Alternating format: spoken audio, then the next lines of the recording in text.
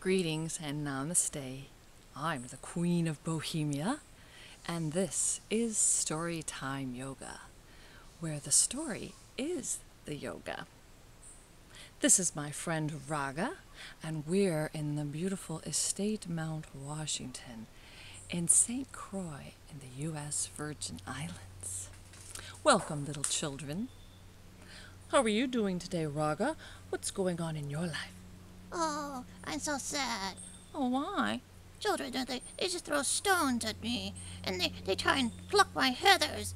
Oh, Oh, yes, that is rather disrespectful, you'd say. yes, it just seems like it's getting more and more. And I've lost a lot of my family. There's no place to live for me anymore. Oh, I know, this development encroaching in on our lives, and goodness, we do need to pay more respect to the animals. In fact, that's what we used to do with our ancestors. We had a deep relationship to the environment, and we paid deep respect to the animals that we required for our food or our clothing and other uses. Oh, yes, what to do? Well, I think it's to go back to the old stories, to reconnect to animals and the gifts they bring. Give thanks to those, and especially the magical powers that animals can bring to us and the help that they bring to us. Oh, yes, tell me a story. Tell me a story. Oh, I'd love to hear that. Tell me a story. Well, this story comes from the country of Japan, and it's called The Grateful Crane. Once upon a time, a long time ago, in the country of Japan, there was an old man who was making his way home from the fields and working when he came into a big snowstorm, and the wind and snow white covered him and blew and but there he saw something else in that snowstorm. There was a bird, a crane. It was trapped, its leg in a trap, and well, the old man, he took pity on that poor creature and gently pried open the trap, and the bird looked at him momentarily and flew off. That evening, the old man went home to his little cottage where his wife was waiting for him with some hot soup and bread, and he warmed himself up, and they were just about ready to go to bed when they heard a knock at the door. The old woman came up and opened the door, and there, whoosh, whoosh, swirling this wind with the snow, was a beautiful young girl. "May I come in, please? I've lost my way." "Oh, of course, of course." They closed the door behind the girl, who could warm herself by the fire. The old woman gave her a bit of hot soup to eat and some bread. "You can spend the night." "I have no family of my own. I was lost in the woods. Oh, you are so kind to let me in." And the old woman says, "We have no child of our own. Please, why don't you just stay with us?" And the young lady said, "Yes, I will do that. Thank you so very much, and I will help you." So the young girl found a room in the house, and she used to play with all the little children outside in the village. They came to know this beautiful young girl as very friendly, warm, and sweet. They all loved her. One day, the girl said, "Mother, Father, I wish to help you. I wish to repay you for your kindness. I'm going to go into my room every night and close the door. Whatever you do, whatever sound you may hear, promise that you will not enter my room." The old man and old woman looked at each other and promised. So, that night, the girl retired to her room, closed the door, and the sound came from her room.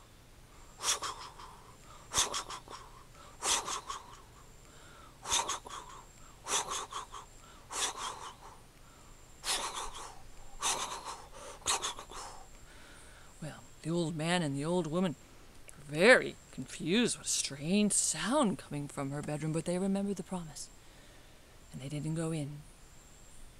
The next morning, the girl opened her doors, and she presented them with some beautiful cloth. Why, it was so beautiful, seemed to shine and radiate like silk and gold, and the girl said, "Take this to the village. The merchants will give you a very good price for it." "I will." So the old woman journeyed to the village with the cloth, gave it to a merchant who looked at it.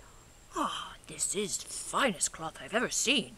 Here, I'm going to give you a lot of gold money because I want more. Bring me more of this fine cloth."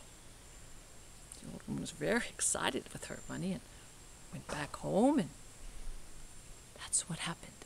Night after night, the young girl retired to her room.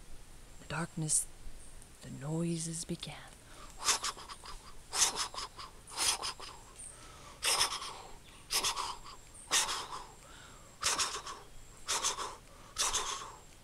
Whatever could that be?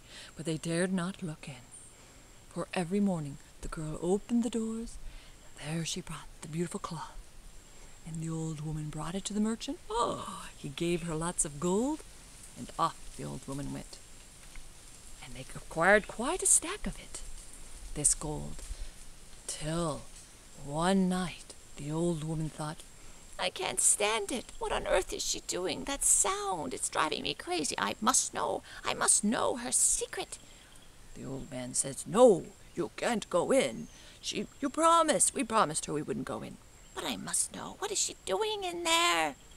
So that night, they went to the door, and they heard the sounds.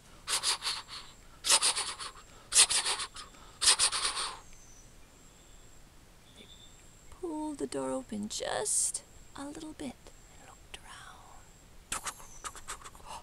They saw astonished them, for there was a crane in front of a great loom for weaving, and it was weaving its own feathers to make cloth with the loom. And the bird stopped, looked at the old man and old woman, and instantly transformed into the girl. She says, "Oh, you know my secret now. Now I must leave you. I had warned you not to find out my secret." And then she transformed back into the crane and flew out the window. And the people looked up again, the parents, to see if she had really gone. She was gone. All the children, they were so sad too, the wonderful young girl who was so kind and so friendly, and they played. The old man and the old woman, they always remembered the beautiful crane that had come and visited them. And they remembered and gave thanks to all the gifts she had brought them. So, Raga, what'd you think of that? Oh, I like that story, yes. And you children, you can reconnect to the animals in your life. Practice yoga. Look at some bird poses, like eagle pose, Garudasana, or crow pose, Bakasana, pigeon pose, Ekapada Rajakapotanasana prep. Give thanks to the food in your life, for many of us eat animals, or anything that comes from nature should be respected and honored. Have a relationship to that food, and go out in nature and enjoy it, respect it, and see what happens in your life. Till next time, namaste and have a magical day.